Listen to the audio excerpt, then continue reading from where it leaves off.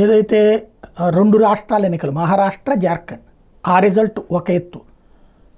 దాంతో పాటుగా జరిగినటువంటి ఎన్నికలు ఉత్తరప్రదేశ్లోని 9 అసెంబ్లీ నియోజకవర్గాలకు సంబంధించినట్టు. అందులో కీలకమైనటువంటిది ఏంటి అంటే అక్కడ ముస్లిం పోలరైజేషన్ జరగడంతో పాటుగా ఈ యాంటీ హిందుత్వ వార్తలు రాయటం కానీ, అట్లాగే ముస్లిం పోలరైజేషన్ అద్భుతం అన్న వార్తలు రాయడం కానీ, ఇదన్నీ ఫోకస్ చేసిన వాళ్ళు ఎవరు అన్నటువంటిది ఒక లిస్ట్ రిలీజ్ చేశారు బీజేపీ లీడర్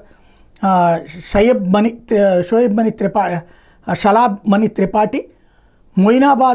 మొరాదాబాద్ ప్రాంతంలో ఇలాంటిది చేసినటువంటి జర్నలిస్టులు టోటల్గా ఒక 10 మంది కలిసి కావాలని ఒక వ్యూహాత్మకంగా వ్యవహరించారు అన్నటువంటి చేస్తూ మీడియా బేస్ చేసుకుని ఇలాంటి కథలు నడుపుతూ ఉన్నారు. అక్కడ జరుగుతున్నటువంటిది ఒకటి, నడుస్తున్నది మరొకటి అన్నటువంటిది ప్రొజెక్ట్ చేసుకొచ్చారు.